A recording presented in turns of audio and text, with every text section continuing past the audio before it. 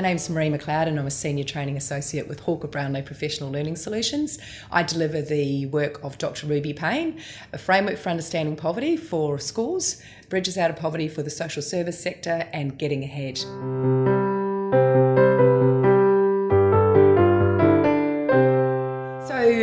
Framework is for schools and education, and Ruby Payne's background is in education, so that's how the work started. It started from her observing differences when she was working in schools where children were from disadvantaged backgrounds right through to some very wealthy schools, and she observed a number of patterns and differences that she started to research and wrote her first book, A Framework for Understanding Poverty, on which this training is based.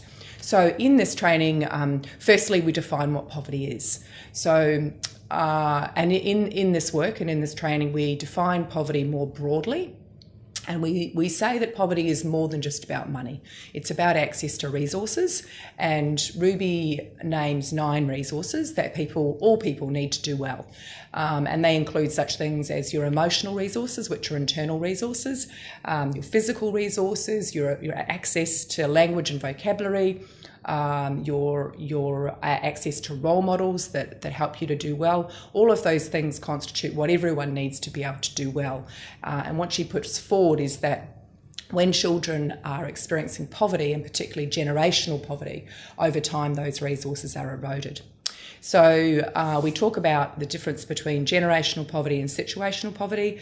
Situational poverty being when something happens in a family that throws them into poverty, and the access to resources in those two different scenarios is very different. And then we talk about the impact that has on behaviours and mindsets for students and for families.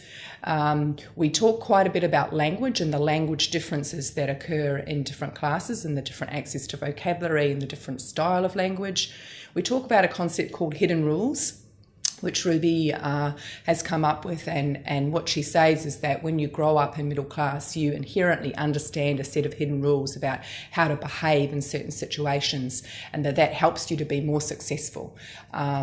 So we look at all of those things and we relate it to what you can do in the classroom and in the school setting to better respond to children and families that come from those backgrounds.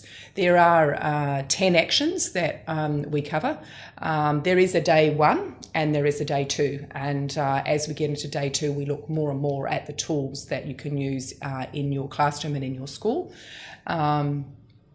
So we cover off those things, and really by the end of the day participants in the training will have access to at least 10 tools that they can go away and use.